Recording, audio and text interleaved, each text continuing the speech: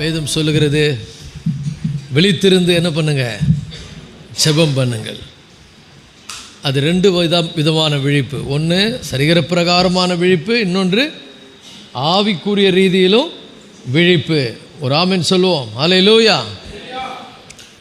இன்றைக்கி நம்ம தியானிக்க போகிற இந்த புதிய மாதத்துக்குள்ளே நம்ம பிரவேசித்திருக்கிறோம். நவம்பர் மாதத்தில் வாக்குத்தத்தமாக சங்கீதங்களின் புத்தகம் 91ஆம் சங்கீதம். நம்ம இதை பலமுறை நம்ம தியானித்திருக்கிறோம். இதில் உன்னதமான நிறைய உண்மைகள், சத்தியங்கள் இருக்கிறது. சங்கீதம் 91 முதல் 2 வசனங்களை இந்த மாத வாக்குத்தத்தமாக உங்களுக்கு நான் கொடுக்கிறேன். இந்த மாத வாக்குத்தத்தமாக தேவன் நமக்கு அருளுகின்ற இந்த 91ஆம் சங்கீதத்தினுடைய முதல் 2 வசனம், உன்னதமானவருடைய மறைவில் இருக்கிறவன் சர்வ வல்லவருடைய நிழலில் தங்குவான். நான் கர்த்தரை நோக்கி, நீர் என் அடைக்கலம், என் கோட்டை, என் தேவன், நான் நம்பி இருக்கிறவர் என்று சொல்லுவேன். இது நம்முடைய தேவன் எப்படிப்பட்டவர் என்பதை வெளிப்படுத்துகின்ற ஒரு சங்கீதம். நம்முடைய தேவன் எப்படிப்பட்டவர் என்று சொன்னால், நம்முடைய தேவன் எல்லா தேவர்களுக்கும் மேலானவர். நம்முடைய தேவனை போல ஒரு தேவன் இந்த உலகத்தில் இல்லை. அவர் மாட்சிமை பொருந்தியவர், மகிமை பொருந்தியவர், அவர் உன்னதமானவர் என்று இந்த சங்கீதம் ஆரம்பிக்கிறது. இந்த சங்கீதம் எப்படி ஆரம்பிக்கிறது? உன்னதமானவரின் மறைவில் இருக்கிறவன். அது யார்? உன்னதமானவருடைய மறைவில் இருக்கிறவன் யார்? மிக அழகாக இந்த வாசனம் சொல்ல, he that dwells in the secret place of most high shall abide under the shadow of the Almighty. Hallelujah. He that dwelt அப்படின்னா உன்னதமானவருடைய மறைவில். எப்படி வருது அந்த வசனம்? உன்னதமானவருடைய மறைவில் இருக்கிறவன். இருக்கணும், கொஞ்ச நேரமாவது இருக்கணும். அதுக்கு தான் இந்த 24 மணி நேர சங்கிலி தொடர் ஜெபம். எதுக்குன்னா, உன்னதமானவருடைய மறைவில் உங்களை கொண்டு வருவதற்காக. எத்தனை பேர் உன்னதமானவருடைய மறைவுக்கு வந்தீங்க? இது வாழ்க்கையினுடைய மிக முக்கியமான ஒரு அம்சம். நீங்கள் உன்னதமானவருடைய மறைவுக்குள் வரும்பொழுது என்ன நடக்கிறது? சர்வ வல்லவருடைய நிழலில் என்ன பண்ணுகிறீர்கள்? தங்குகிறீர்கள். இந்த சர்வ வல்லவருடைய நிழல் அது என்னன்னு சொன்னால், அவருடைய மகிமை, அவருடைய பிரசன்னம், அவருடைய அந்த பிரசன்னம், அவருடைய பாதுகாப்பு, அவருடைய அடைக்கலம். அவருடைய அடைக்கலத்துக்குள்ளே என்ன பண்ணுறீங்க? வந்து விடுவீர்கள், வந்து விடுகிறீர்கள். உன்னதமானவருடைய மறைவில் இருக்கிறவன் சர்வ வல்லவருடைய நிழலில் தங்குவான். அடுத்த வசனம் என்ன சொல்லுது? நான் கர்த்தரை நோக்கி, நீர் என் அடைக்கலம், என் கோட்டை, என் தேவன், நான் நம்பி இருக்கிறவர் என்று சொல்லுவேன். உன்னதமானவருடைய மறைவில் இருக்கிறவனுடைய வாயிலிருந்து வரக்கூடிய வார்த்தை என்னன்னா, சூழ்நிலையை சொல்லுகிறவன் அல்ல, போராட்டத்தை சொல்லுகிறவன் அல்ல, பிரச்சனைகளை சொல்லுகிறவன் அல்ல, தன்னுடைய தேவன் எப்படிப்பட்டவர் என்று சொல்லுகிறவன். நீங்கள் தங்கி அவருடைய அந்த உன்னதமானவருடைய மறைவில் நீங்கள் இருக்கும் பொழுது, அவருடைய பிரசன்னத்தில் இருக்கும் பொழுது, உங்கள் ஆவிக்குரிய வாழ்க்கையில் நீங்கள் பலன் அடைந்து ஒன்றை புரிந்து கொள்ளுகிறீர்கள். நீங்கள் ஆராதிக்கிற தேவன், நீங்கள் விசுவாசிக்கிற தேவன் எப்படிப்பட்டவர் என்பதை முழு நிச்சயமாக அறிந்து கொள்ளுகிறீர்கள். அப்படி அறிந்து கொண்ட பிற்பாடு உங்களுடைய வாயிலிருந்து வரக்கூடிய வார்த்தை எப்படி இருக்குன்னு சொன்னால், நீங்கள் சூழ்நிலையை பார்த்தல்ல, சூழ்நிலை தேவனிடத்தில் சூழ்நிலையை சொல்லுகிறாள், சூழ்நிலைகளுக்கு எதிராக உங்கள் தேவனை பற்றி சொல்லுகிறவர்களாய் மாறுவீர்கள். நீங்கள் தேவனை பார்த்து சொல்லுவீர்கள், நீர் என்னுடைய அடைக்கலம், என் கோட்டை, என் தேவன், நான் நம்பி இருக்கிறவர் என்று சொல்லுவேன். ஒரு ஆமென் சொல்லுங்க. சொல்லுவது ரொம்ப முக்கியம். காலையில் எழுந்த உடனே ஆண்டவரை பார்த்து ஏதாவது சொல்லணும். தாவீது பல இடங்களில் சொல்லுகிறார், கர்த்தர் என் மெய்ப்பராய் இருக்கிறார்னு சொல்றாரு. அநேக இடங்களில் சொல்லுகிறார், அவர் என்னுடைய கோட்டை, அவர் என்னுடைய பலன், அவர் என்னுடைய அடைக்கலம், அவர் என்னுடைய உயர்ந்த அடைக்கலம் அப்படின்னு அவர் சொல்றார். சொல்லும் பொழுது நல்லா புரிந்து கொள்ளுங்கள், இந்த உலகத்தில் இருக்கக்கூடிய எல்லா சக்திகளும் அந்த வார்த்தையை கேட்குது. உங்களுக்கு எதிராக இருக்கிற பிசாசுனுடைய கிரியைகள் அந்த வார்த்தையை கேட்கிறது. இப்படி ஒரு அனுபவத்தை பெற்ற அப்போஸ்தலனாகிய பவுல் புதிய ஏற்பாட்டில் சொல்றாரு, கர்த்தர் நம்முடைய பட்சத்தில் இருந்தால் நமக்கு விரோதமாய் நிற்பவன் யார்? நமக்கு விரோதமாக வருகிறவன் யார்? யார் நமக்கு விரோதமாக வருகிறவன்? நமக்கு விரோதி யாரு? நம்முடைய விரோதி யாருங்க? நம்முடைய பெரிய விரோதி யாருன்னா பிசாசானவன். பிசாசானவன் நம்முடைய மிக முக்கிய எதிரி. அவன் மூலமாக அவன் ஏற்படுத்துகிற நிறைய பேர் நமக்கு எதிரியா என்ன பண்றாங்க? மாறுகிறார்கள். அப்போ நான் உன்னதமானவருடைய மறைவுக்கு வந்து விடுவேனானால் சர்வ வல்லவருடைய நிழலில் நான் என்ன பண்ணுகிறேன்? தங்குகிறேன். He that dwelt in the secret place of most high. நம்முடைய தேவன் எப்படிப்பட்டவர்? most high, அப்படின்னா உன்னதமானவர். அல்லேலூயா. அவருடைய அடைக்கலத்தில் நம்ம வந்து விட்டோமானால் இந்த உலகத்தில் எந்த சூழ்நிலையை நம்ம என்ன பண்ண முடியும்? சந்திக்க நமக்கு அவர் பலனாய் இருப்பார், நமக்கு பலன் தருவார். அல்லேலூயா. இந்த சங்கீதத்தை நம்ம விளங்கி கொள்ளணும்னா 90ஆம் சங்கீதத்தை கொஞ்சம் பார்க்கணும். அங்கே பார்த்தாக்கா இதனுடைய அந்த மேன்மை நமக்கு என்ன பண்ணும்? புரியும். 90ஆம் சங்கீதத்தை இதை படிக்கிறதுக்கு முன்னாடி 90ஆம் சங்கீதத்தில் சில விஷயத்தை நான் உங்களுக்கு அங்கே காண்பிக்க விரும்புகிறேன். 90ஆம் சங்கீதத்தில் நீங்கள் பார்ப்பீங்கன்னு சொன்னால் நன்றாக புரிந்து கொள்ளுங்கள். தேவனற்ற ஒரு மனிதனுடைய நிலை என்ன என்றது அங்கே சொல்கிறார். தேவனை தன்னுடைய பாதுகாப்பாக கொள்ளாதவன் அல்லது தேவன் மீது நம்பிக்கை வைக்காதவன். அநேக நேரங்களில் சூழ்நிலைகள் நம்மை சூழ்ந்து கொள்ளும்போது நம்ம ஆலயத்துக்கு வருகிறோம், ஆண்டவரை அறிந்திருக்கிறோம், ஜெபிக்கிறோம், எல்லாம் பண்ணுறோம். ஆனால் தடுமாற்றம் வந்து விடுகிறது. தடுமாறுகிறோம், சோர்ந்து போகிறோம். சூழ்நிலைகளை பார்க்கும்போது, பிரச்சனைகளை பார்க்கும்பொழுது, போராட்டங்களை பார்க்கும்பொழுது நாம் அப்படியே என்ன பண்ணுகிறோம்? தடுமாற்றம் அடைகிறோம், பலனற்று போகிறோம். அந்த மாதிரி சூழ்நிலைக்கு நீங்கள் கடந்து வந்திருக்கிறீங்களா? எத்தனை பேர் அந்த மாதிரி சூழ்நிலை கடந்து வந்திருக்கிறீங்க? இந்த காலங்களில் நான் கடந்து வந்த பாதையெல்லாம் விளக்கணும்னா அது ஒரு நாள் தனியாக எடுத்து உங்கள் கூட பேசணும். அந்த மாதிரி போராட்டங்களையும் பிரச்சனைகளையும் எத்தனையோ சூழ்நிலைகளை சந்திக்கும் போதெல்லாம் சில நேரங்களில் ஆண்டவரிடத்தில், ஆண்டவரே நம்பிக்கை அற்று போகிற ஒரு நிலைக்கு நான் போய் கொண்டிருக்கிறேன். நம்பிக்கை அற்று அப்போஸ்தலனாகிய பவுல் சொல்கிறார்ல, 2 கொரிந்தியர் புத்தகத்தில் அவர் எழுதும்போது சொல்லுகிறார், தப்பி பிழைப்போம் என்கிற நம்பிக்கை அற்று போகத்தக்கதாக எங்கள் பலத்துக்கு மிஞ்சின பெரிய பிரச்சனையில் நாங்கள் என்ன பண்ணிட்டோம்? சிக்கிக்கொண்டோம். நம்பிக்கையே அற்று போய்விடும் போல இருக்கிற நம்பிக்கை கொஞ்சம் கூட விசுவாசம் கூட என்ன ஆகிடும்? குறைஞ்சிடும் போல. ஆனால் அப்படிப்பட்ட நேரத்தில் கூட நம்ம எங்கே தான் போனோம்னா அவரிடத்துல தான் போனோம். இந்த சங்கீதம் 90ஆம் சங்கீதம் ஓப்பனிங் எப்படி ஆரம்பிக்கிறார் பாருங்க. ஓப்பனிங்கில் அவர் சொல்லுகிறார், தேவரீர். எப்படி ஆரம்பிக்கிறார்? 90ஆம் சங்கீதத்தில், ஆண்டவரே தேவரீர் தலைமுறை தலைமுறையாக எங்களுக்கு அடைக்கலமானவர். ஆமென். அடைக்கலமானவர்னு அர்த்தம். தலைமுறை தலைமுறை எங்களுக்கு அடைக்கலமானவர்னு அர்த்தம். அடைக்கலம்னு சொல்லிட்டு அங்கே எல்லாமே இருக்குதுன்னு அர்த்தம். அடைக்கலம்னு சொன்னால் ஒன்றும் இல்லை, நிர்கதியாக வருங்களுக்கு யாராவது அடைக்கலம் கொடுத்தா அது பெரிய ஒரு ஆறுதல், பெரிய ஒரு ஆறுதல். ஒன்றும் இல்லை, கொஞ்ச நாளுக்கு முன்னால், பல வருஷத்துக்கு முன்னால் ஸ்ரீலங்காவில் பெரிய யுத்தம் கலவரங்கள் அங்கே இருக்கிற ஜனங்கள்லாம் அகதிகளாக என்ன பண்ணாங்க? பல நாடுகளை நோக்கி போனார்கள். அப்படி போகிறவங்கள சில பேர் நம்ம சென்னை இந்தியாவுக்கும் அகதிகளாக வந்தாங்க. அப்படி அகதிகளாக வந்தவங்களுக்கு அந்தந்த நாடு என்ன பண்ணுச்சு? அடைக்கலம் கொடுத்துச்சு. அடைக்கலம் கொடுத்துட்டு என்ன அர்த்தம்னா எல்லாமே கொடுக்கணும். அவங்களுக்கு எல்லாமே, அவங்களுக்கு வேண்டிய எல்லாமே கொடுப்பது தான் அடைக்கலம். அவங்களுக்கு ஒரு குறைவும் இருக்கக்கூடாது. இந்த உலகத்தில் ஒரு நிர்கதியான நிலையில் ஒவ்வொரு மனிதனும் தள்ளப்பட்டிருக்கிறான். இந்த உலகத்தில் இருக்கக்கூடிய எல்லா மனிதர்களுடைய நிலை என்ன? நிர்கதியான நிலை. அவனுக்கு ஆறுதல் சொல்லவோ, அவனுக்கு அவன் கண்ணீரை துடைக்கவோ, அவன் வேதனையை பகிர்ந்து கொள்ளவோ, அவனுக்கு உதவி செய்யவோ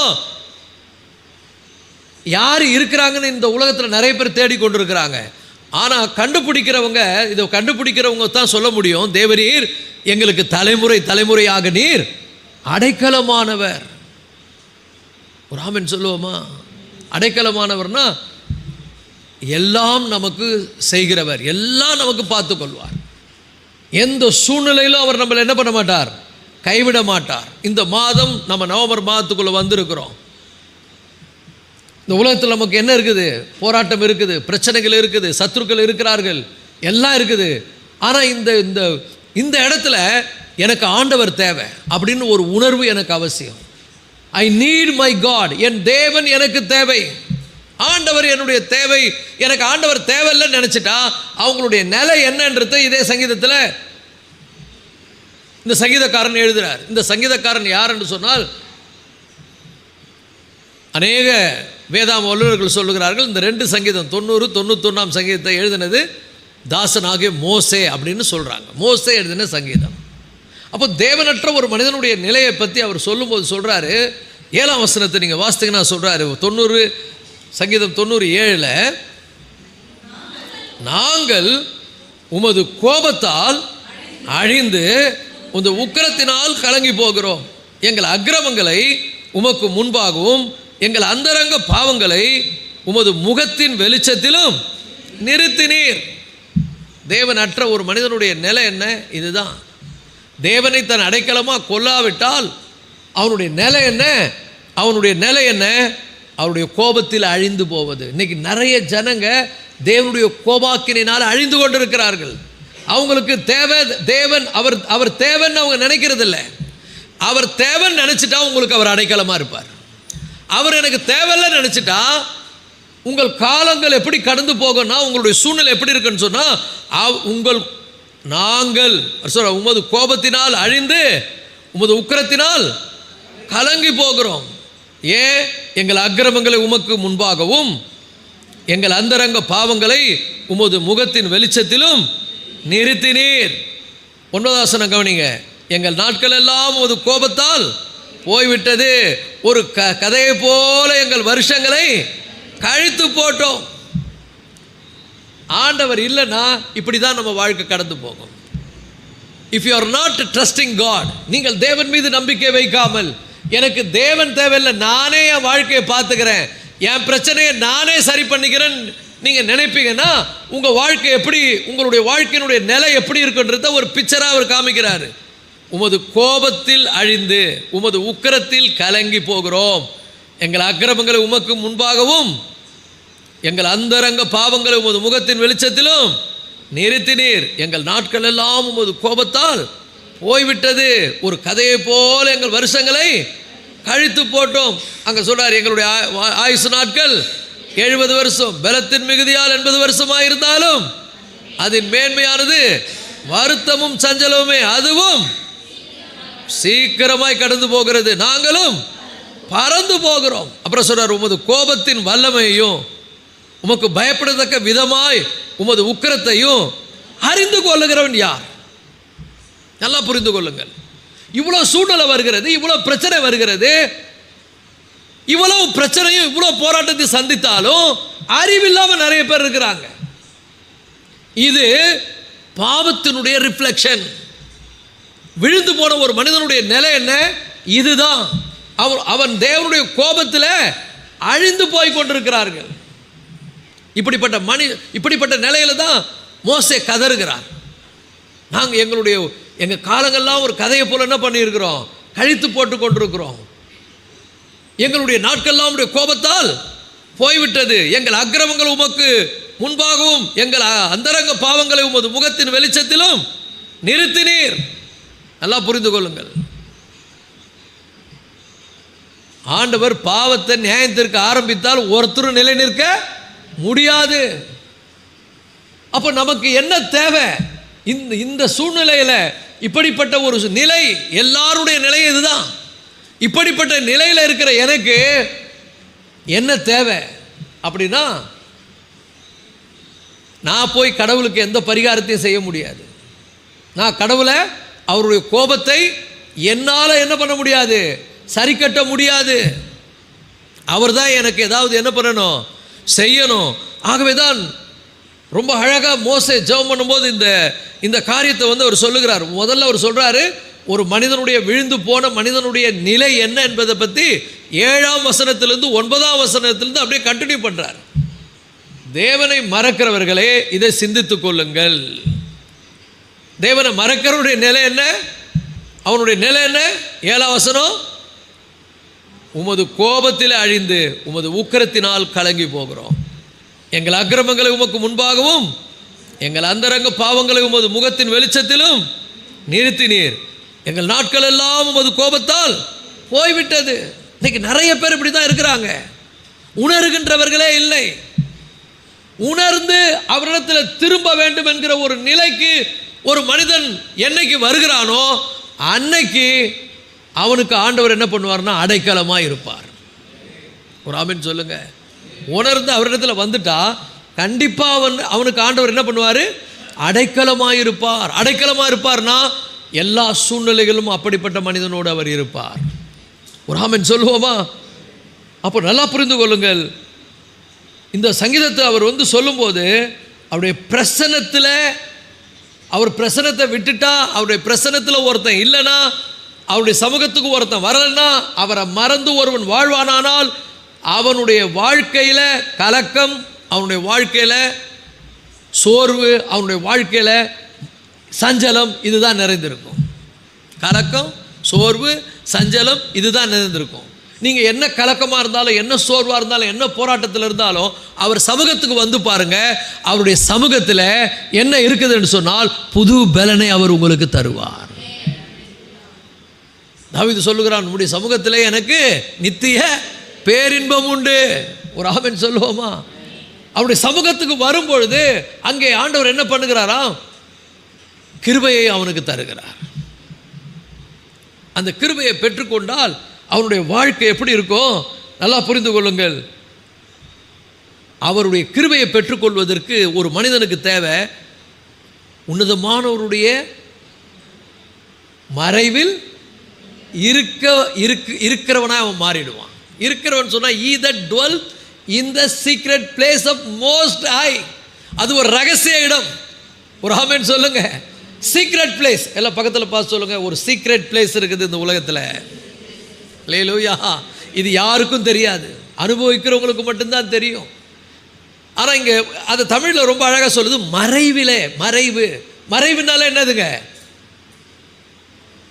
போய் யாருக்கும் தெரியாமல் மறைந்து கொள்வது. இந்த உலகத்தில் நல்லா புரிந்து கொள்ளுங்கள், உங்களுக்கு உபத்திரம் உண்டு, இந்த உலகத்தில் உங்களுக்கு வேதனைகள் உண்டு.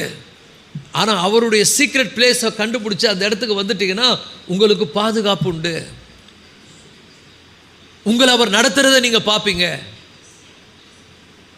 அதுக்கு தான் இந்த அக்டோபர் மாதம் முழுதும் அவருடைய சீக்ரெட் பிளேஸுக்கு வாங்கன்னு உங்களுக்கு அழைப்பு கொடுத்து உங்கள் எல்லாருக்கும் அந்த ஒரு வாய்ப்பை இந்த மாதத்தில் எல்லாருக்கும் ஏற்படுத்தி கொடுத்துருக்குறோம். ஆனால் சில பேர் பயன்படுத்தினாங்க, சில பேர் பயன்படுத்தலை. பயன்படுத்தாதவங்களுக்கு சொல்கிறேன், இன்னையிலிருந்து என்ன பண்ணுங்க? இந்த ரகசியத்தை கண்டுபிடியுங்கள். நாம் மறைந்து வாழ்வதற்கான ஒரு மறைவிடம் உண்டு. உன்னதமானவருடைய மறைவு. இந்த நவம்பர் மாதத்தில் நீங்கள் தப்பித்து கொள்ள வேண்டுமானால், இந்த உலகத்தில் இருக்கக்கூடிய எல்லா தீமைகளுக்கும் நீங்கள் தப்பித்து கொள்ள வேண்டுமானால், பிசாசுனுடைய கண்ணிகளுக்கு தப்பித்து கொள்ள வேண்டுமானால், சத்ருவினுடைய தந்திரங்களுக்கு தப்பித்து கொள்ள வேண்டுமானால், இந்த சூழ்நிலையிலிருந்து நீங்கள் வெளியே வர வேண்டுமானால், 7ஆம் வசனத்தை சொல்றாரு, எங்கள் நாட்கள் எல்லாம் உமது கோபத்தினால், நாங்கள் உமது கோபத்தினால் அழிந்து உமது உக்கிரத்தினால் கலங்கி போகிறோம். எங்கள் அக்கிரமங்களை உமக்கு முன்பாகவும் எங்கள் அந்தரங்க பாவங்களை உமது முகத்தின் வெளிச்சத்திலும் நிறுத்தினீர். எங்கள் நாட்கள் எல்லாம் உமது கோபத்தால் போய்விட்டது. ஒரு கதையை போல எங்கள் வருஷங்களை கழிந்து போட்டோம். ஹல்லேலூயா. கழித்து போட்டோம். கடைசியாக அவர் ஒரு காரியத்தை சொல்கிறாரு, இதுதான் எங்களுடைய நிலை, இதுதான் எங்களுடைய சூழ்நிலை. 16ஆம் வசனத்தில் சொல்கிறாரு, உமது கிருபை, உமது கிரிகை உமது ஊழியக்காரருக்கும் உமது மகிமையை அவர்கள் பிள்ளைகளுக்கும் விளங்குவதாக, எங்கள் தேவனாகிய ஆண்டவரின் பிரியம் எங்கள் மேல் இருப்பதாக. எங்கள் தேவனாகிய ஆண்டவருடைய பிரியம் எங்கள் மேல் இருப்பதாக. அப்படின்னா என்ன அர்த்தம்? ஆண்டவரே உம்முடைய கிருபை எங்களுக்கு தாரும். இந்த கிருபையை பற்றி அங்கே அவர் சொல்கிறாரு, நாங்கள் ஞான இருதயம் உள்ளவர்களாகும்படி எங்கள் நாட்களை எண்ணும் அறிவை எங்களுக்கு தாரும். ஹல்லேலூயா. கர்த்தாவே திரும்பி வாரும், எதுவரைக்கும் கோபமாக இருப்பீர், உமது அடியாருக்காக பரிதபியும், நாங்கள் எங்கள் வாழ்நாளெல்லாம் களி கூர்ந்து மகிழும்படி காலையில் எங்களை உம்முடைய கிருபையால் திருப்தியாக்கும். நம்ம ஜெபிக்க வேண்டியது தான். ஆண்டவரே, எங்களுக்கு தேவை என்னது? கிருபை. இன்னைக்கு இந்த மாதத்தில் நம்ம ஆண்டவரை பார்த்து என்ன சொல்லணும்? ஆண்டவரே, இந்த மாதத்தில் நாங்கள் களி கூர்ந்து மகிழும்படி காலையில் உம்முடைய கிருபையினால் எங்களை திருப்தியாக்கும். ஹல்லேலூயா. எல்லாம் 2 கையை ஊற்றி சொல்லுவோம், ஆண்டவரை பார்த்து சொல்லுவோமா? ஆண்டவரே, இன்றையிலிருந்து நாங்கள் களி கூர்ந்து மகிழும்படி காலையில் உம்முடைய கிருபையை எங்களுக்கு தாரும். காலைதோறும் அவருடைய கிருபை புதிதாக இருக்கிறது. இந்த காலை வேளையில், இந்த நவம்பர் மாதத்தில் கர்த்தர் உங்களுக்கு தம்முடைய கிருபையை கொடுப்பார். கிருபையை கொடுத்துட்டாருன்னா அந்த கிருபை யார் மேலே இருக்குதோ அவங்க மேலே அவருக்கு பிரியம் வந்துடும். கிருபை உங்களுக்கு வந்துருச்சுன்னா அந்த கிருபையை பெற்றுக்கொள்வதற்காக தான் நம்ம என்ன பண்ணணும்? அந்த ரகசிய இடத்துக்கு வரணும். அதுதான் சொல்றார், உன்னதமானவருடைய மறைவில் இருக்கிறவன் யார்? அந்த உன்னதமானவருடைய மறைவில் இருக்கிறவன் அவருடைய கிருபையை பெற்றுக்கொள்ளுகிறவன். கிருபை எங்க பெற்றுக்கொள்ள முடியும்? நாம் நிற்பதும் நிர்மூலமாகாதிருப்பதும் உம்முடைய கிருபை. ஒரு ஆமென் சொல்லுங்க. இந்த 2025 எத்தனையோ போராட்டங்கள், எத்தனையோ பிரச்சனைகள், எத்தனையோ மனவேதனையான சூழ்நிலைகள், ஆனாலும் கூட நாம் நிற்பதும் நிர்மூலமாகாதிருப்பதும் அவருடைய கிருபை. அவருடைய இரக்கங்களுக்கு முடிவில்லை, அவைகள் காலைதோறும் புதிதாக இருக்கிறது. இந்த ஜெபத்தை நம்ம ஆண்டவரை நோக்கி கேட்கணும். ஆண்டவரே, நாங்கள் ஞான இருதயம் உள்ளவர்களாகும்படி எங்கள் நாட்களை என்னும் அறிவு எங்களுக்கு தாரும், போதித்தருளும். கர்த்தாவே திரும்பி வாரும், எதுவரைக்கும் கோபமாக இருப்பீர், அடியாருக்காக பரிதபியும். ஒரு ஏக்கம், நாங்கள் எங்கள் வாழ்நாளெல்லாம் களி கூர்ந்து மகிழும்படி காலையில் எங்கள் உம்முடைய கிருபையால் என்ன பண்ணும்? திருப்தி ஆக்கும். ஹல்லேலூயா. இந்த கிருபையை கேட்ட பிற்பாடு தான், இந்த கிருபையை பெற்றுக்கொண்ட பிற்பாடு தான் 91ஆம் சங்கீதத்தை அவர் ஓப்பன் பண்ணுறார். இந்த கிருபை இல்லாத வரைக்கும் என்னது? கிருபை இல்லாத வரைக்கும் நாங்கள் உம்முடைய கோபத்தால் அழிந்து எங்கள் நாட்களை எல்லாம் கதையை போல கழித்து விட்டோம். வெறும் கஷ்டம், போராட்டம், பிரச்சனை எல்லாம் இருக்குது. ஆனால் கிருபை பெற்றுக்கொண்ட பிறகு ஒரு ரகசியத்தை அவர் கண்டுபிடிக்கிறார். எத்தனை போராட்டம் வரட்டும், எத்தனை பிரச்சனை வரட்டும், எத்தனை சூழ்நிலைகள் வரட்டும், எங்களுக்கு ஒரு இடம் இருக்கிறது. உன்னதமானவருடைய மறைவில் இருக்கிறவன் சர்வ வல்லவருடைய நிழலில் தங்குவான். நான் கர்த்தரை நோக்கி,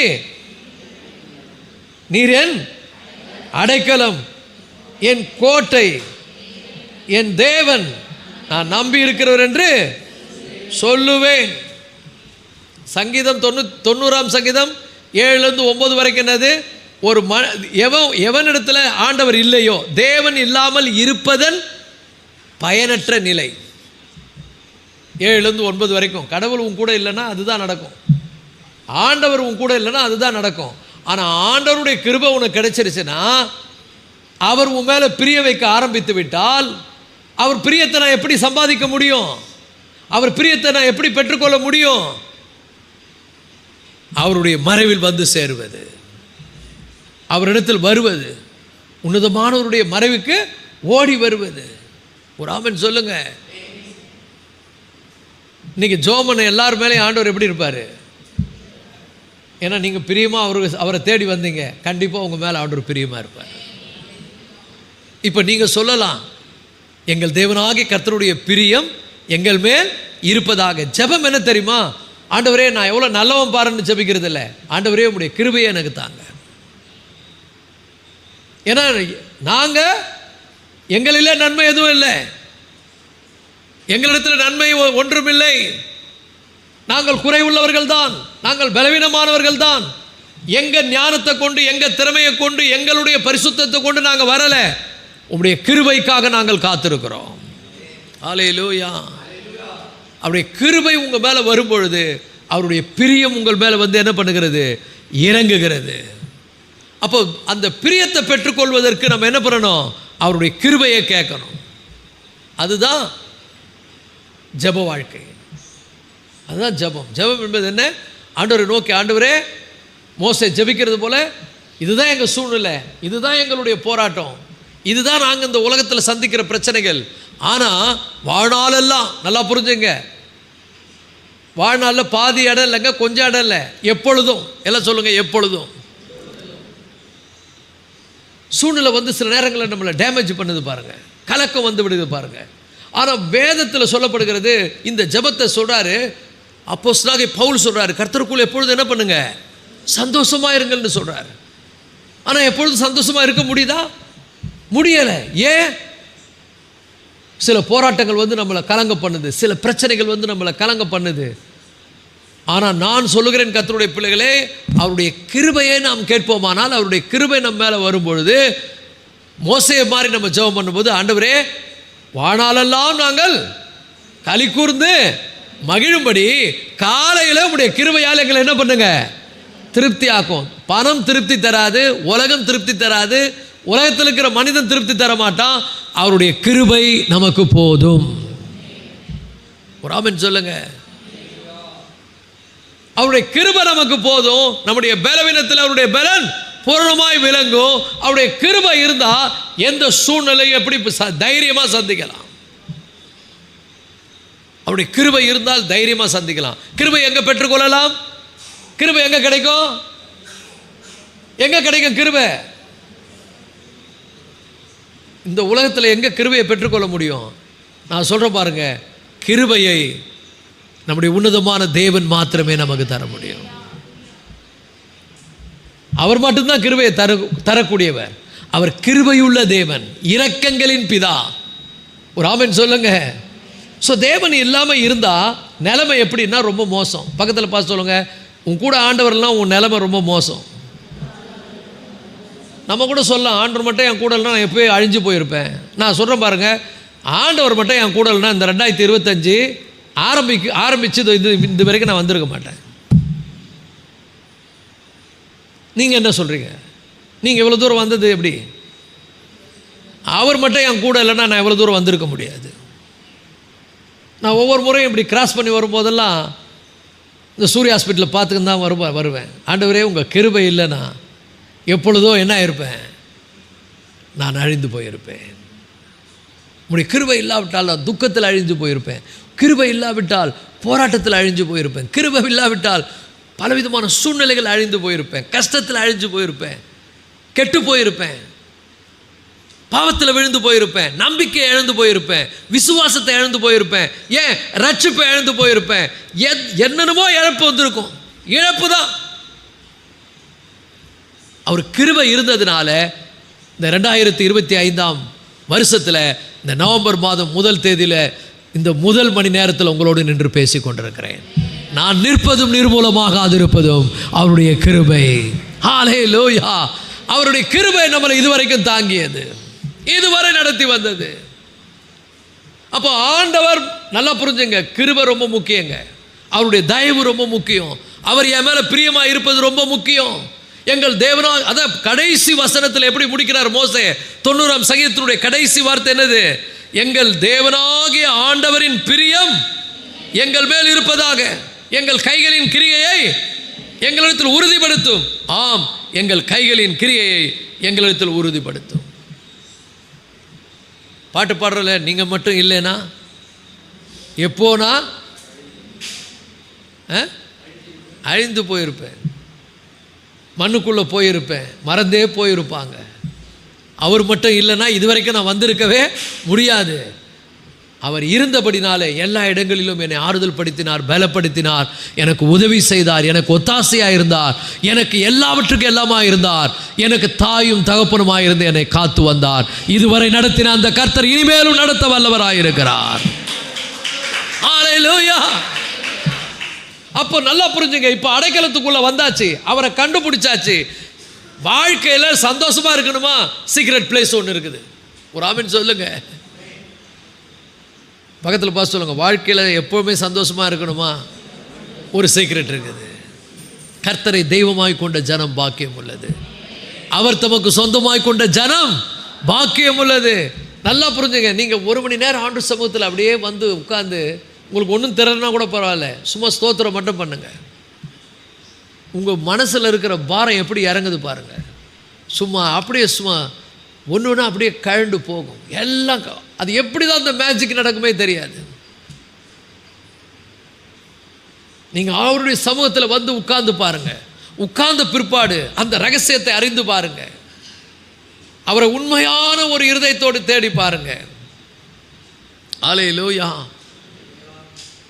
துன்மார்க்கன் தன் வழியையும் அக்கிரமக்காரன் தன் நினைவுகளையும் விட்டு கர்த்தரிடத்தில் திரும்ப கடவன். அவர் அவன் மேல் மனதுருகுகிறவராய் இருக்கிறார். உங்க போராட்டங்கள் பிரச்சனைகள் மத்தியில் அவர் சமூகத்தில் வந்து கொஞ்ச நேரம் உட்காருங்க. அந்த ரகசிய இடத்துக்கு வாங்க, அந்த மறைவுக்கு வாங்க. உன்னதமானவருடைய மறைவில் இருக்கிறவன் என்ன அழகா சொன்னார் பாருங்க. உன்னதமானவருடைய மறைவில் இருக்கிறவன் சர்வ வல்லவருடைய நிழலில் தங்குவான். ஹல்லேலூயா. எப்படி ஆரம்பிக்கிறார் பாருங்க. He that dwells in the secret place of most high. ஹல்லேலூயா. ஆனால் ஓப்பனிங்லேயே சொல்றார், சங்கீதத்திலே 90ஆம் சங்கீதத்தில் எப்படி சொல்றாரு? தேவரீர் எங்களுக்கு தலைமுறை தலைமுறையாக அடைக்கலமானவர். நீர்தான். நீர் இல்லாமல் எங்களால் என்ன பண்ண முடியாது? இந்த சூழ்நிலைகளை கடந்து வர முடியாது. இந்த வனாந்திரத்தை கடந்து வர முடியாது. இந்த பிரச்சனைகளை சந்திக்க முடியாது. எரிகோ கோட்டையை சந்திக்க முடியாது. சிவந்த சமுத்திரத்தை கடந்து வர முடியாது. யோர்தானை கடந்து வர முடியாது. அவர் நம்மோடு இருந்தால் எதையும் நம்ம என்ன பண்ண முடியும்? தாவீது சொல்லும் மாதிரி சொல்லலாம், உம்மாலே ஒரு சேனைக்குள் பாய்வேன், உம்மாலே ஒரு மதிலை தாண்டுவேன். அல்லேலூயா. ஸோ நல்லா புரிந்து கொள்ளுங்கள். ஆண்டவர் இல்லைன்னா நம்முடைய நிலைமை எப்படி? ரொம்ப பிரச்சனை. ஆனால் நல்ல ஒரு அற்புதமான காரியம் என்ன? நாம் அவரை பார்த்து சொல்லணும், ஆண்டவரே எங்கள் தேவனாகிய ஆண்டவருடைய பிரியம் எங்கள் மேல் இருப்பதாக. எல்லாம் 2 கையை உயர்த்தி சொல்லுங்க. இந்த மாதம் முழுவதும், ஆண்டவரே உமது பிரியம் எங்கள் மேல் இருப்பதாக. ஹல்லேலூயா, ஹல்லேலூயா. அவரை வந்து அட்ராக்ட் பண்ணுங்க. அவரை வந்து என்ன பண்ணுங்க? உங்க பக்கம் திருப்புங்க. எப்படி திருப்ப முடியும்? அவருடைய சமூகத்துக்கு வந்து அவரை நோக்கி பார்ப்பதின் மூலம். அவரை நோக்கி பார்ப்பதின் மூலம். அப்போ நீங்கள் சொல்லலாம், கர்த்தரின் பட்சத்தில் இருக்கிறார், நான் பயப்பட மாட்டேன், மனுஷன் எனக்கு என்ன செய்வான் என்று சொல்லலாமே. கர்த்தரின் பட்சத்தில் இருந்தால் எனக்கு விரோதமாய் நிற்பவன் யார்? எந்த சூழ்நிலை நமக்கு விரோதமாய் என்ன பண்ண முடியும்? நிற்க முடியும். அல்லேலூயா. அப்போ நல்லா புரிஞ்சுங்க. நம்முடைய பாதுகாப்பு, நம்முடைய பராமரிப்பு, நமக்கு வேண்டிய எல்லாமே எங்கே இருக்குது? அவருக்குள்ளே தான் இருக்குது. அவருக்குள்ளே தான் இருக்குது. அப்போ இங்கே சொல்லுகிறார் 91ஆம் சங்கீதத்தில், அவர் எனக்கு எப்படி இருக்கிறாராம்? உன்னதமானவருடைய மறைவில் இருக்கிறவன் சர்வ வல்லவருடைய நிழலில் தங்குவான். நல்லா புரிஞ்சுங்க. மோசே வந்து ரொம்ப அழகாக சொல்கிறாரு, உங்களுக்கு வேண்டிய எல்லா சமாதானம், உங்களுக்கு வேண்டிய எல்லா நிம்மதி, உங்களுக்கு வேண்டிய விசுவாசம் எல்லாம் இங்கே தான் கிடைக்கும், வேறு எங்கேயும் கிடைக்காது. உங்களுக்கு வேண்டிய பலன், உங்களுக்கு வேண்டிய மன தெளிவு எல்லாம் இங்கே தான் கிடைக்கும். நீங்கள் வந்து அப்படியே டிரான்ஸ்ஃபார்ம் ஆகிடுவீங்க. நீங்கள் அவநம்பிக்கையோடு போனீங்கன்னா உங்களுக்குள்ள நம்பிக்கை வந்துடும். ஆனால் நீங்கள் போனோம் பலவீனத்தோடு போனீங்கன்னா புது பலனை கர்த்தர் உங்களுக்கு தருவார். போகும்போது எப்படி தான் போகிறோம்? அப்படியே கொஞ்சம் தடுமாற்றத்தோடு தான் போகிறோம். எங்கே? இந்த உன்னதமானவருடைய மறைவுக்குள்ளே. பலவீனத்தோடு தான் போவோம். ஆனால் வரும்போது எப்படி வருவோம்? போன மாதிரியே வரமாட்டோம், புது பலனோடு தான் வருவோம். அல்லேலூயா. ஒரு டிரான்ஸ்ஃபர்மேஷன் நடக்கும், அங்கே ஒரு மாற்றம் வரும். நல்லா புரிஞ்சுங்க. உங்கள் முன்னாடி அப்படியே மலை போல நிற்கிற பிரச்சனையெல்லாம் அப்படியே பனி போல உருகி போகும். அதுதான் அந்த இடம். அது சீக்ரெட் பிளேஸ் தான் அது. உங்களுக்கு புது பலன் உண்டாகும், புதிய வழிகள் திறக்கும், புதிய காரியங்களை கர்த்தர் செய்வார். நன்றாய் புரிந்து கொள்ளுங்கள். உங்களுடைய அடைக்கலமாய் கர்த்தர் இருப்பாரானால் நீங்கள் சொல்லுவீர்கள், உங்களுக்குள்ளே நீங்கள் சொல்லிக் கொள்ளுவீர்கள், கர்த்தரால் மீட்கப்பட்டவர்கள் ஆனந்த களிப்புடன் பாடி திரும்பி சியோனுக்கு வருவார்கள், சஞ்சலமும் தவிப்பும் ஓடி போகும், சந்தோஷமும் மகிழ்ச்சியும் அடைவார்கள். ஒரு ஆமென் சொல்லுங்க. ஆனால் விடக்கூடாதுங்க, தொடர்ந்து ஜெபிக்கணும். தொடர்ந்து அந்த ரகசிய அறையில் என்ன எல்லாம் கிடைக்கும். அங்கே கிடைக்காதே எதுவுமே கிடையாது. அங்கே போனீங்கன்னா கண்டிப்பாக ஒரு மாற்றம் வரும். பக்கத்தில் பார்த்து சொல்லுங்கள், அந்த உன்னதமானுடைய மறைவுக்கு போனால் கண்டிப்பாக உன் வாழ்க்கையில் பல மாற்றங்கள் வரும். உன் எதிர்காலம் மாறும், உன் சூழ்நிலை மாறும், உன் கண்ணீர் மாறும். ஹல்லேலூயா. நீங்கள் அவிசுவாசமாக சொன்னீங்கன்னா நடக்காது. அதனால தான் அவர் விசுவாசமாக சொல்கிறார், நான் கர்த்தரை நோக்கி நீர் என் கோட்டை, என் தேவன், நான் நம்பி இருக்கிறவர் என்று சொல்லுவேன். போனால் தான் சொல்ல முடியும். போகலன்னா வேறு மாதிரி சொல்லுவீங்க. என்ன சொல்லுவீங்க? எங்கள் வாழ்நாளெல்லாம் நாங்கள் என்ன பண்ணிட்டோம், ஒரு கதையை போல் கழித்து போட்டோம், எங்களுக்கு கஷ்டம், எங்களுக்கு வேதனை, எங்களுக்கு துன்பம், நாங்கள் வேதனை அடைந்தோன்னு சொல்லுவோம். ஆனால் உள்ளே போயிட்டு வந்துட்டிங்கன்னா மாறிடுவீங்க, மறுரூபம் ஆயிடுவீங்க. நீங்கள் உங்களுடைய பேச்சு வித்தியாசமாயிடும். தேவன் புதிய காரியங்களை உங்களுக்கு என்ன பண்ணுவார், செய்வார். ஒரு ஆமென் சொல்லுங்க.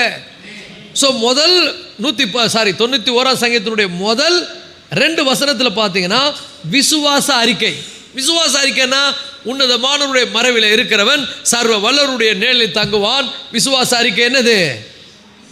நான் கர்த்தரை நோக்கி. நல்லா புரிஞ்சுங்க, ஒரு நல்ல விசுவாசி இப்படி தான் பேசுவான். விசுவாசி எப்படி பேசுவான்? எனக்கு என்னக்கா, எனக்கு என் தலை எழுத்து, எனக்கு எல்லாம் இப்படி நடக்குது, என் வாழ்க்கையே மோசமாக போச்சு, ஏன் கேட்குறீங்க, பிரச்சனை மேலே பிரச்சனை, என்னால் தாழ முடியல, அப்படி பேச மாட்டான். எப்படி பேசுவான்? நீர் என் அடைக்கலம், நீர் என் கோட்டை, நீர் என் தேவன், நான் நம்பி இருக்கிறவர். சொல்லுங்க, இந்த மாதம் நான் என் பிரச்சனையை பேச மாட்டேன். பிரச்சனை இருக்கதான், ஆனால் எனக்கு ஒருவர் இருக்கிறார். உங்களுக்கு ஒருத்தர் இருக்கிறாரா? பக்கத்தில் பார்த்துக்க, உங்களுக்கு ஒருத்தர் இருக்கிறாரா? எனக்கு ஒருத்தர் இருக்கிறாரு. அவர் சாதாரணமானவர் அல்லங்க, அவர் உன்னதமானவர், அவர் சர்வ வல்லவர், அவர் என்னுடைய அடைக்கலம், அவர் என்னுடைய கோட்டை, அவர் என்னுடைய தேவன், நான் நம்பி இருக்கிறவர். நான் இருப்பேன். அல்லேலூயா. நல்லா புரிஞ்சுங்க. நிறைய பேர் நினச்சாங்க இவர் இருப்பாரா தெரிலன்னு. அப்படி நினச்சவங்கலாம் இல்லை. நான் அவரை நம்பி இருப்பேன். பக்கத்தில் பார்த்து சொல்லுங்கள், எல்லா சூழ்நிலையும் கடந்து வருவேன், எல்லா பிரச்சனையும் தாண்டி வருவேன். ஹல்லேலூயா. கண்மலையை தாண்டுவேன். ஹல்லேலூயா. எல்லாவற்றையும் சந்திப்பேன். ஏன் பலத்தில் இல்லை, என்னை பலப்படுத்துகிற தேவனுடைய பலத்தில். என்ன வந்தாலும் பார்ப்பேன், நிற்பேன். நான் அவங்க முறிந்து விழுவாங்க, ஆனால் நான் எழுந்து நிமிர்ந்து நிற்பேன். ஹல்லேலூயா. கர்த்தர் என் சூழ்நிலையை மாற்றுவார். என் பிரச்சனை மாறும். என் பிரச்சனைக்கு ஒரு முடிவு வரும். பிசாசு சொல்லுவான், வரவே வராது, நீ எவ்வளோ ஜெபம் பண்ணியிருக்கிற, என்ன நடந்தது, உனக்கு இருக்கிறதெல்லாம் பிரச்சனைன்னுவான்.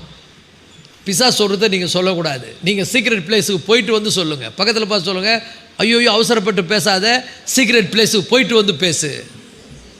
பக்கத்தில் பார்த்து சொல்லுங்கள், அவசரப்பட்டு வாயை விடாத, அந்த உன்னதமானவருடைய மறைவுக்கு போயிட்டு வந்துட்டு பேசு. அப்போ பேச்சே வேறு மாதிரி இருக்கும். ஒரு ஆமென் சொல்லுங்க. பேச்சில் கொஞ்சம் ஒரு பலன் இருக்கும். நீங்கள் விசுவாச அறிக்கை பண்ணுவீங்க. நீங்கள் சொல்லுவீங்க, அவர் என் கோட்டை, என் தேவன், என்னுடைய அடைக்கலம், என் கோட்டை, என் தேவன், நான் நம்பி இருக்கிறவர் என்று சொல்லுவேன். ஸோ முதல் 2 வசனத்தில் விசுவாச அறிக்கை. ஒரு ஆமென் சொல்லுங்க. அடுத்து 3ஆம் வசனத்திலேருந்து 8ஆம் வசனம் வரைக்கும் பார்த்தீங்கன்னா ஒரு பெரிய மாற்றத்தை சொல்கிறார். விசுவாசம் உள்ள வந்துட்ட பிறகு, நீங்கள் அறிக்கை பண்ணிட்ட பிறகு என்ன நடக்க போகுதுன்னு சொல்கிறார். 3ஆம் வசனத்திலேருந்து 8ஆம் வசனம் வரைக்கும் பாருங்கள். நீங்கள் போயிட்டு வந்த உடனே என்ன நடக்க போகுது பாருங்க. போயிட்டு வந்தால் தான் நடக்கும். பக்கத்தில் பார்த்து சொல்லுவோம், உள்ளே போயிட்டு வந்தால் தான் நடக்கும். இந்த ரகசிய அறைக்கு போயிட்டு வந்தோன்னா இது நடக்கும். போகலைன்னா வேறு மாதிரி நடக்கும். இந்த மாதம் எத்தனை பேர் போக போகிறீங்க? நான் சொல்ல பாருங்க, போகிற மாதம் இங்கே வந்து போனவங்க எல்லாருக்கும் அற்புதம் நடக்கும். என்ன நடக்கும், எப்படி நடக்கும் எனக்கு தெரியாது.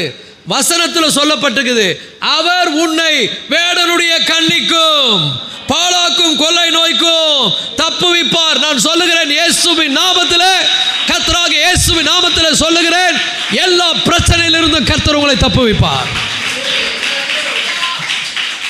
இந்த மாதம் நான் சொல்ற பாருங்க, ஜெபம் பண்ண எல்லாருக்கும் ஒரு பெரிய எஸ்கேப் நடக்கும். நீ எஸ்கேப் ஆகிடுவேன். பக்கத்தில் பார்த்து நீ எஸ்கேப், உன்னை கர்த்தர் தப்புவிப்பார். போ. சில பேர் ஜெபமே பண்ண மாட்டாங்க, ஆனால் தப்புவிப்பாரா? எங்கே தப்பு வைக்கிறாரு, எப்போ தப்பு வைப்பார், ஏன் தப்பு வைப்பார்? ஏன்னா போகாத ஆள் பேசினுப்பான். அப்படி நான் கூட போகலன்னா மைண்டு கெட்டு போயிடும். பக்கத்தில் பார்த்து சொல்லுங்க, போல மூளை கலங்கி போயிடும். உனக்கு தப்பாக பேச ஆரம்பிப்பேன். பேச்சா பேசுவேன். நீ கூட பிசாசு வேறு பேசுவான், வந்து உனக்கு சொல்லிக் கொடுப்பான். ஆமாம், என்ன ஆயிடுச்சு உனக்கு, நீ என்ன இது பண்ண, நீ என்ன நம்புன, நீ என்ன போன, அப்படி எல்லாம் சொல்லுவான். நம்ம ரொம்ப பெரிய பர்ஃபெக்ட் மாதிரியும் கடவுள் செய்யாத மாதிரியும். நான் சொல்கிறேன் பாருங்க, உன்னதமானவருடைய மறைவுக்கு போயிட்டேன்னா விசுவாசமாக பேச ஆரம்பிச்சிருவேன். விசுவாசமாக பேச ஆரம்பிச்சேன்னா கண்டிப்பாக மாறுதல் வரும். என்ன பண்ணிடுவார்? யாருன்னா கேட்டால் சொல்லுங்க, அவர் என்னை வேடனுடைய கண்ணிக்கும் பாழாக்கும் கொள்ளை நோய்க்கும் தப்புவிப்பார். ஹல்லேலூயா. எனக்கெல்லாம் எவ்வளோ பலவீனம் தெரியுமா? பலவீனம் வரும்போதெல்லாம் சில பேர் பார்த்து நெகட்டிவாக பேசுவாங்க. என்ன ஆச்சு உங்களுக்கு, ஏன் இப்படி அப்படின்னுவாங்க. நான் சொல்லுவேன், இல்லை, ஐம் ஃபைன், ஐம் ஓகே, எல்லாம் சரியாயிடும். ஏன்?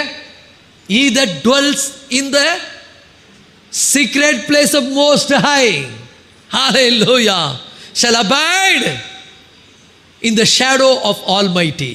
ஒரு ஆமென் சொல்லுங்க. உன்னதமானவருடைய மறைவில் இருக்கிறவன் சர்வ வல்லவருடைய நிழலில் தங்குவான். தங்குனா மாற்றம் வரும். பக்கத்தில் பார்த்து சொல்லுங்க, என்னைக்காவது தங்கி இருக்கிறியா? நீ 24 மணி நேரம் போயிட்டு சீரியலில் தங்குற, சினிமாவில் தங்குற, என்டர்டெயின்மெண்ட்டில் தங்குற, எப்படி தப்புவிப்பார் பாரு உன்னை. நீ என்ன தடவை சொல்லுவ, ஐயோ என் நாட்கள் எல்லாம் ஒரு கதையை போல கழித்து போட்டோம். இந்த 90ஆம் சங்கீதத்தில் அவர் புலம்புற மாதிரி புலம்ப வேண்டியதான். 7ஆம் வசனத்தில், நாங்கள் உமது கோபத்தினால் அழிந்து உமது உக்கரத்தினால் கலங்கி போகிறோம். நல்லா புரிஞ்சுங்க, அழிஞ்சு போயிடுவேன், கலங்கி போயிடுவேன். போலனா போனால் தப்பிச்சுக்குவேன். பக்கத்தில் பார்த்து சொல்லுங்க, போனால் தப்பிச்சுக்குவேன், போலனா கலங்கிடுவேன், அழுதுருவேன். நீ போகாதவங்களாம் பாருங்கள், அப்படியே மூஞ்செல்லாம் மாறிடும், கவலையாக இருப்பாங்க, கண்ணீராக. போனவங்க பாருங்களேன், அந்நாள் போகும்போது கண்ணீரோடு போனான், வரும்போது டிரான்ஸ்ஃபார்ம் ஆகிட்டான், அப்படியே மாறிட்டான். ஒரு ஆமென் சொல்லுங்க. நான் சொல்கிறேன் பாருங்கள், நீங்கள் அவர்கிட்ட போங்க, எல்லாம் அவர் பார்த்துக்குவார். வாலிப பிள்ளைகளை, உங்கள் எதிர்காலம் அவர் கையில் இருக்குது. நான் சொல்கிறேன், உள்ளே போங்க, வாழ்க்கையே டிரான்ஸ்ஃபார்ம் ஆகிடும். உங்கள் வாழ்க்கையை அற்புதமாக தேவன் மாற்றிடுவார். எதிர்காலம் சூப்பர் ஆகிடும். என்ன நீங்கள் நினைப்பீங்க, எனக்கு ஒரு 50,000 கிடைச்சா போதும் மாதம்னு. கர்த்தர் உன்னை 1,00,000 ரூபா கொடுத்துருவார். உனக்கு எங்கே கொண்டு போயிடுவார் தெரியுமா? அப்படியே நீ அப்படியே அவ்வளோதான், நீ அப்படியே துள்ளி குதிப்ப. ஐயோ, நான் இதை முன்னாடியே கண்டுக்கலேன்னு நினைப்பேன். நான் சொல்கிறேன், கர்த்தருடைய பிள்ளைகளை சூப்பராக ஆசீர்வச்சிருவார். வாலிய பிள்ளைகளை, உங்கள் லைஃப் சூப்பராக இருக்கும். நீங்கள் நிம்மதியாக இருப்பீங்க, அநேகருக்கு ஆசீர்வாதமாக இருப்பீங்க, அநேகருக்கு சொல்லுவீங்க, இவர்கிட்ட போனால் தான் வாழ்க்கை மாறும்னு. நீங்கள் எத்தனை பேர் தெரியுமா மாட்டின்னுக்கிறாங்க? வேடனுடைய கண்ணியில் சிக்கி இருக்கிறாங்க, பாழாக்கும் கொள்ளை நோய்க்கு மாட்டிக்கினாங்க. ஆனால் அவருடைய பிள்ளைகளாகிய நம்மை இதுவரைக்கும் அவர் தப்புவித்தார், காப்பாற்றினார், பாதுகாத்தார், வழி நடத்தி கொண்டு வருகிறார், இனிமேலும் செய்வார். ஒரு பெரிய டிரான்ஸ்ஃபர்மேஷன் நடக்கும். நல்லா அப்பா கூட க்ளோஸாக இருக்க பாருங்க, எல்லாம் மாறுதா பாருங்க, என்ன நடக்குது பாருங்க. 4ஆம் வசனத்தில் சொல்லுகிறார், அவர் தமது சிறகுகளாலே உன்னை மூடுவார். பக்கத்தில் பார்த்து சொல்லுங்க, வார் உன்னை மூடுவார். அவர் அப்படியே டக்குன்னு காப்பாற்றிடுவார், டக்குன்னு கவர் பண்ணிடுவார், மூடுவார். அவர் பிரசன்னம் உன்னை மூடும். போயிட்டு வந்தால் தான் மூடுவார், போயிட்டு வரலன்னா வேற மூடும் உன்னை. நல்லா புரிஞ்சுங்க, வேற எங்கேயும் போயிடாத, ரகசிய அறைக்கு வா, அவர் கூட தனியாரு. உன் வர வீட்டுக்குள்ள பிரவேசித்து உன் கதவை சாத்தி அந்த அரங்கத்தில் இருக்கிற உன் பிதாவை நோக்கி உன் பிரச்சனையை சொல்லு. பெரிய மாற்றத்தை கர்த்தர் கொண்டு வருவார். தமது சிறகுகளாலே உன்னை மூடுவார்.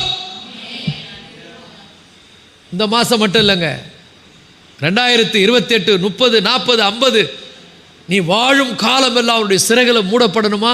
டெய்லி அவருடைய ரகசிய அறைக்கு போயிட்டு வந்துடு. டிரான்ஸ்ஃபர்மேஷன் நடக்கும், மாற்றம் வரும். வருமா வராதா? வரும். இன்னைக்கு உட்காந்துட்டு போறீங்க, நாளைக்கு பாருங்க உங்களுக்கு டோக்கன் அட்வான்ஸ் வரும், கிருபை வரும். எத்தனை பேர் நம்புறீங்க? பாருங்க எங்க வருது அப்படின்னா வராது. அவர் என் கோட்டை, என் தேவன், நான் நம்பி இருக்கிறேன் என்று சொல்லுவேன். கண்டிப்பாக எனக்கு ஒத்தாசை அவர் கையிலேருந்து வரும்.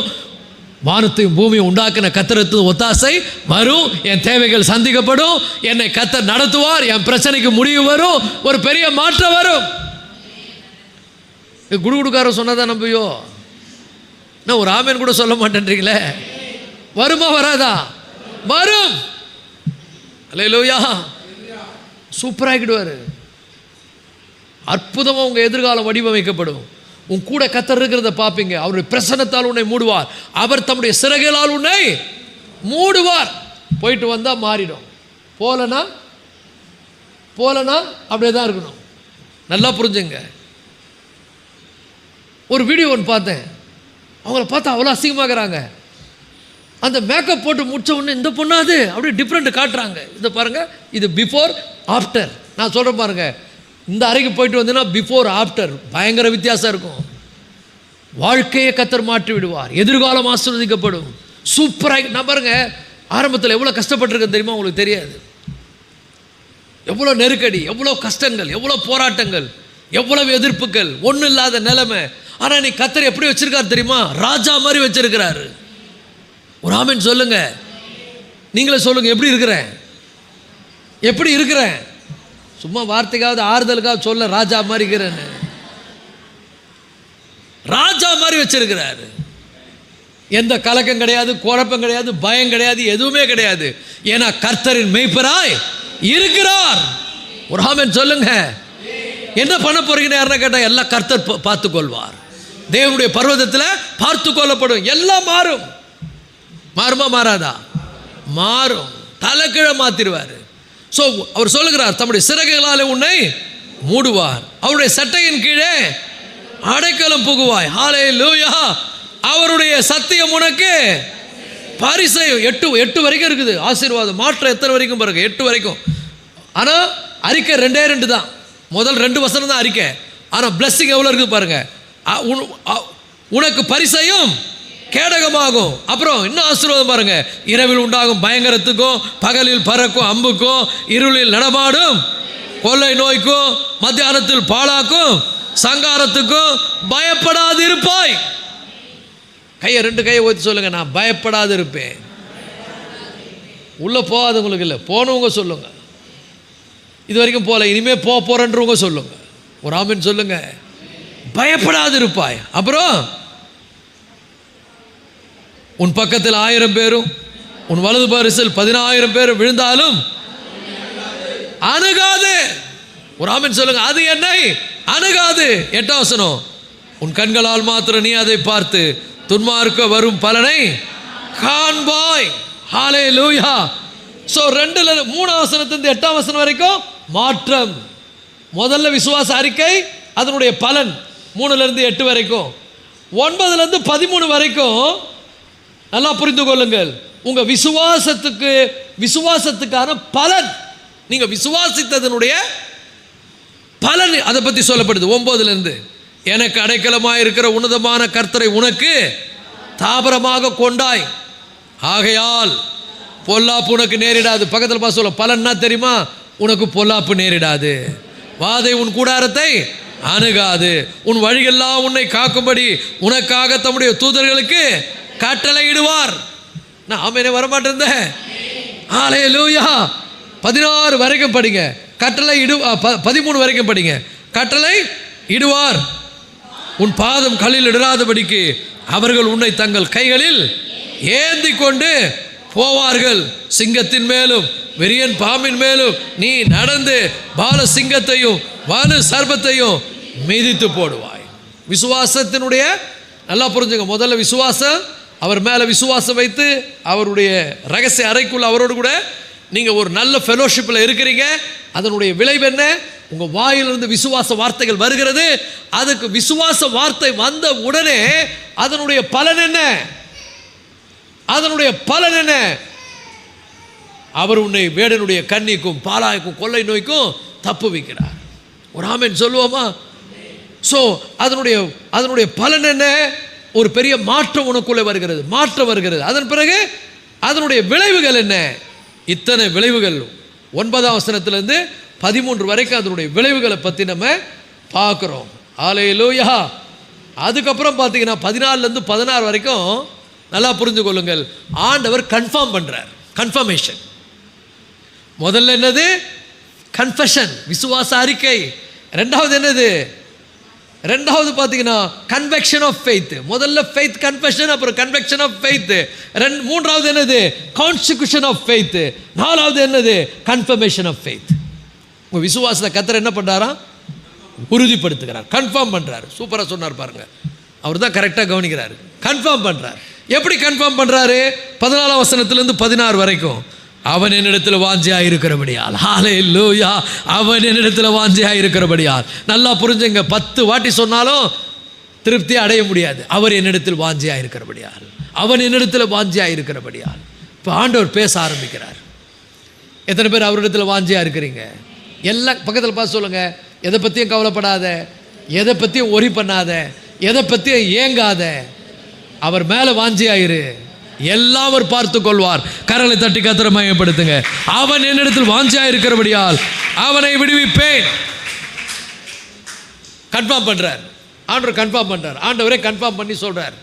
கரெக்டாக சொன்னார். நான் கூட தமிழில் என்ன சொல்கிறதுன்னு நினச்சிருந்தேன். அப்படியே இங்கிலீஷை பற்றி சொன்னார் பாருங்கள். இங்கிலீஷை அப்படியே சொல்லிட்டார். கன்ஃபார்ம் பண்ணுவார்னார் பாருங்க. கரெக்டு. எப்படி கன்ஃபார்ம் பண்ணுவாரா? விடுவிப்பார். ஒரு ஆமென் சொல்லுங்க.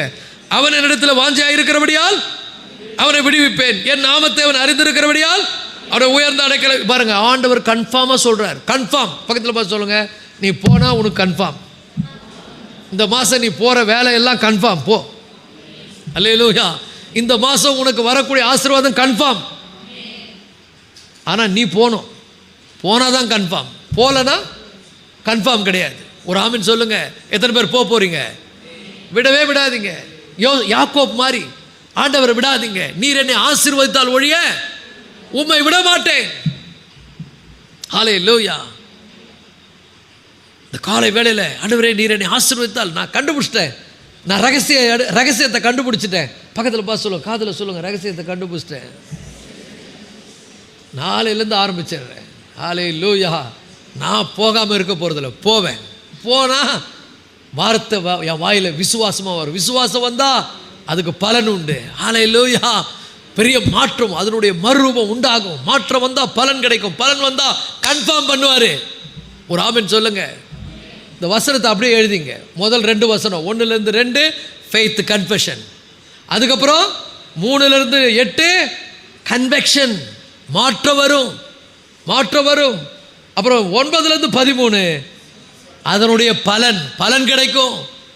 அதுக்கப்புறம் 14லேருந்து 16 கன்ஃபார்ம் பண்ணுவார். ஒரு ஆமென் சொல்லுங்க. என்ன கன்ஃபார்ம் பண்ணுறாரு பாருங்க. நானே மூடிட்டேன்.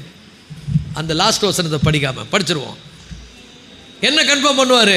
அவன் என்னிடத்தில் வாஞ்சியாக இருக்கிறபடியால் அவனை விடுவிப்பேன். என் நாமத்தை அவன் அறிந்திருக்கிறபடியால் அவனை உயர்ந்த அடைக்கலத்தில் வைப்பேன். எல்லாம் கன்ஃபார்ம். கன்ஃபார்மாக சொல்கிறார். செய்வேன். கன்ஃபார்ம் பண்ணுறார். நீடித்த நாட்களால் அவனை திருப்தியாக்கி என் ரட்சிப்பை அவனுக்கு காண்பிப்பேன். கன்ஃபார்ம். போ. பக்கத்தில் பார்த்து சொல்லுங்க. இந்த 3 வார்த்தையை நம்ம இன்னைக்கு சொல்ல போகிறோம். பக்கத்தில் இருக்கிறவங்கள பார்த்து சொல்லுங்க. அவர் உங்களை விடுவிப்பார். உயர்ந்த அடைக்கலத்தில் உயர்வு வந்துடும். உயர்ந்த அடைக்கலத்தில் வைப்பார். உன்னை நீ ஜெபம் பண்ணும்போது உனக்கு மறுத்தரு கொடுப்பார். உன்னோடு இருந்து உன்னை தப்புவித்து உன்னை கனப்படுத்துவார். உன்னை திருப்தியாக்கி நீடித்த நாட்கள் உன்னை திருப்தியாக்குவார். அவருடைய ரட்சிப்பை உனக்கு காண்பிப்பார். ஹல்லேலூயா. கரங்களை தட்டி கர்த்தரை மகிமைப்படுத்துவோமா? எத்தனை பேர் விசுவாசிக்கிறீர்கள்? எத்தனை பேர் விசுவாசிக்கிறீர்கள்? ஹல்லேலூயா. ஹல்லேலூயா. எல்லாரும் எழுந்திருந்து ஆண்டவரை நாம் மகிமைப்படுத்த போகிறோம். ஆண்டவரை நாம் உயர்த்த போகிறோம். ஹல்லேலூயா. இந்த வார்த்தைகளை சொல்லி நம்ம ஜெபம் பண்ண போகிறோம். அவன் என்னிடத்தில் வாஞ்சியா இருக்கிறபடியால் அவனை விடுவிப்பேன். என் நாமத்தை அவன் அறிந்திருக்கிறபடியால் அவனை உயர்ந்த அடைக்கலத்து வைப்பேன். அவன் என்னை நோக்கி கூப்பிடுவான். ஹல்லேலூயா. நான் அவனுக்கு மறுத்தருளி செய்து ஆபத்தில் நானே அவனோடு இருந்து அவனை தப்புவித்து அவனை கனப்படுத்துவேன். ஹல்லேலூயா. நீடித்த நாட்களால் அவனை திருப்தியாக்கி என் ரட்சிப்பை அவனுக்கு காண்பிப்பேன். ஹல்லேலூயா. எல்லாரும் 2 கையை உயர்த்தி, அப்பா நான் உம்மை நம்பி இருக்கிறேன் அப்பா. ஹல்லேலூயா. நீரே என் அடைக்கலம், நீரே என் கோட்டை, நீரே என் தேவன், நான் நம்பி இருக்கிறவர் ஆண்டவரே. எத்தனையோ போராட்டங்கள் எனக்கு எதிராக இருக்கிறது, எத்தனையோ பிரச்சனைகள் என்னை பயமுறுத்தி கொண்டிருக்கிறது, எத்தனையோ சூழ்நிலைகள் என்னை சவால் விட்டு கொண்டிருக்கிறது. ஆனாலும் நான் உன்னதமான கர்த்தரை நோக்கி கூப்பிடுகிறேன், உன்னதமானவரை நோக்கி கூப்பிடுகிறேன். உன்னதமானவருடைய மறைவில் இருக்கிறவன் சர்வ வல்லவருடைய நிழலில் தங்குவான். ஹல்லேலூயா, ஹல்லேலூயா. இந்த ஆண்டவரே 2025 நவம்பர் மாதம் 1 தேதி 1 மணி நேரத்தில் நாங்கள் தியானித்த ஆண்டவரே இந்த வார்த்தைகளுக்காக உம்மை ஸ்தோத்தரிக்கிறோம் ஆண்டவரே, உம்மை ஸ்தோத்தரிக்கிறோம் ஆண்டவரே.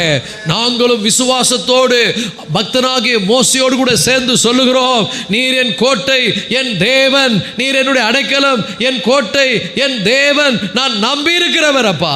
ஹல்லேலூயா, ஹல்லேலூயா, ஹல்லேலூயா, ஹல்லேலூயா. என்னை வேடனுடைய கண்ணிக்கும் பாலாக்கும் கொள்ளை நோய்க்கும் தப்புவிக்கிற தேவன்.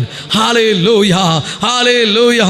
என்னை வேடனுடைய கண்ணிக்கும் பாலாக்கும் கொள்ளை நோய்க்கு தப்புவிக்கிறவரே, உம்முடைய சிறகுகளால் என்னை மூடுகிறவரே, உம்முடைய சட்டையின் கீழே என்னை அடைக்கலம் புக செய்கிறவரே, உம்மை ஸ்தோத்தரிக்கிறோம், ஸ்தோத்தரிக்கிறோம், ஸ்தோத்தரிக்கிறோம், ஸ்தோத்தரிக்கிறோம் ஆண்டவரே, ஸ்தோத்தரிக்கிறோம் ஆண்டவரே. அவன் என்னிடத்தில் வாஞ்சியாய் இருக்கிறபடியால் அவனை விடுவிப்பேன்.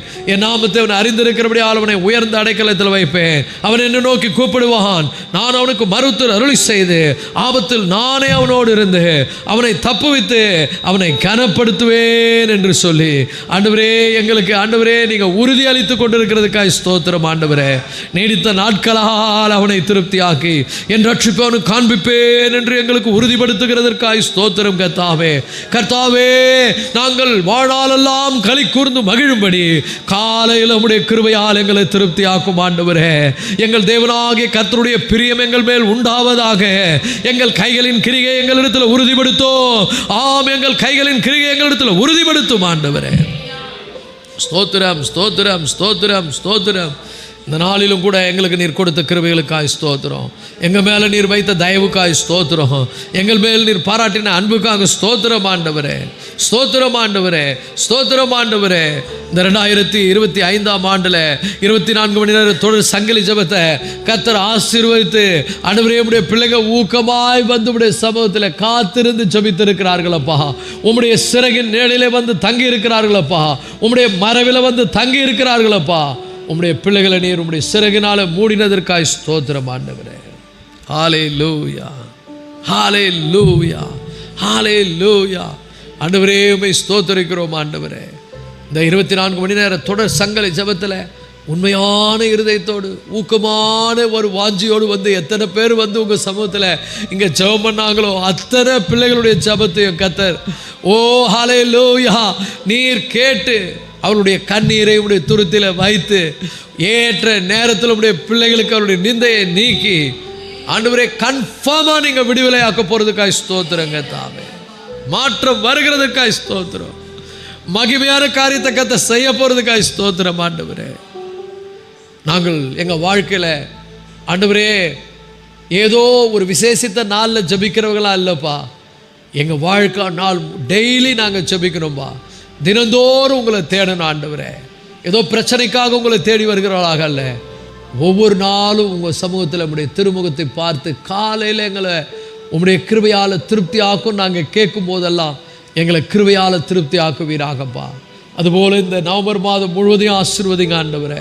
இந்த நவம்பர் மாதத்தில் நீர் உம்முடைய மறைவில் எங்களை வைத்து உம்முடைய சட்டையினால் எங்களை மூடி எங்களை விடுவித்து எங்களை தப்புவித்து எங்களை பாதுகாத்து எங்களுக்கு மறுத்து அருளி செய்து எங்களை திருப்தியாக்கி எங்களை உயர்ந்த அடைக்கலத்தில் வைக்க போகிறதுக்காக ஸ்தோத்திரம் ஆண்டவரே. ஹல்லேலூயா. உயர்ந்த அடைக்கலத்தில் வைக்கிறேன் என்று சொல்லி கன்ஃபார்மோடு சொல்லி இருக்கிறீங்கப்பா. அந்த வார்த்தையை நாங்கள் உறுதியாக நம்புகிறோம்ப்பா. உறுதியாக நம்பி போகிறோம், உறுதியாக நம்புகிறோம். எங்கள் சபையை ஆசீர்வதிங்க, விசுவாச குடும்பங்களை ஆசீர்வதிங்க, ஒவ்வொருவரையும் ஆசீர்வதிங்க. உங்கள் மேலே அன்பு வைத்து உங்கள் பிரியத்தை பெற்றுக்கொள்ளக்கூடிய தகுதி உள்ளவர்களாய் மாற்றுங்க. உம்மை உறுதியாய் பற்றி கொள்ளக்கூடியவர்களாய் மாற்றுங்க. உம்மை உறுதியாய் பற்றி கொள்ளுகிற மனதை உடையவன் உண்மையே நம்பி இருக்கிறபடினால் அவனை பூரண சமாதானத்தோடு காத்துக்கொள்வேன் என்று வாக்கு கொடுத்தபடி காத்துக்கொள்ளுங்க. ஆண்டவரே, எங்கள் தேவனாகிய கர்த்தருடைய பிரியம் எங்கள் மேல் இருப்பதாக. காலையில் உம்முடைய கிருபையினால் எங்களை திருப்தியாக்கும். எங்கள் கைகளின் கிரியை எங்களிடத்தில் உறுதிப்படுத்தும். சொன்ன வார்த்தையின்படியே எங்களை தப்புவித்து எங்களை பாதுகாத்து எங்களை மூடி எங்களை ஆண்டவரே திருப்தியாக்கி உயர்ந்த அடைக்கலத்தில் எங்களை வையுங்க. ஆண்டவரே, எங்களை வைத்து அனுப்புங்க. இந்த வார்த்தையை கேட்குற ஒவ்வொரு பிள்ளைகளும் புரிஞ்சுக்கிட்டோம். ரகசிய அறை ஒன்று இருக்கிறது. உன்னதமானவருடைய மறைவு ஒரு மறைந்து கொள்ளக்கூடிய இடம் இருக்கிறது. இந்த உலகத்தில் ஆபத்து எப்போ வேணால் வரலாம். ஆனால் அந்த மறைவில் போய் நான் இருந்துட்டா நான் தப்பு வைத்துக் கொள்வேன், நான் பாதுகாப்பாக இருப்பேன். அங்கே என்னை ஆறுதல் படுத்துகிறேன், தேவனுடைய கரம் என்னை பலப்படுத்தும் என்கிற ரகசியத்தை ஒவ்வொருத்தரும் புரிஞ்சுக்கிட்டோம்பா. உங்கள் சமூகத்துக்கு வாஞ்சியோடு எழும்பி ஜெபிக்கிற ஜெபாவியை ஒவ்வொருவருக்கும் தாங்க. ஆண்டவரே, உம்மை தேடுகிறவர்களா எங்களை மாற்றும். ஆண்டவரே, எங்களை மாற்றும். சோம்பலின் ஆவி விலகி போகட்டும். விழித்திருந்து ஜெபிக்கிறவர்களை எழுப்புங்க. உங்கள் சிறகின் நிழலில் அவர்களை மூடுங்க. இயேசுவின் மூலம் வேண்டிக் கொள்கிறோம் ஜீவனுள்ள நல்ல தகப்பனே.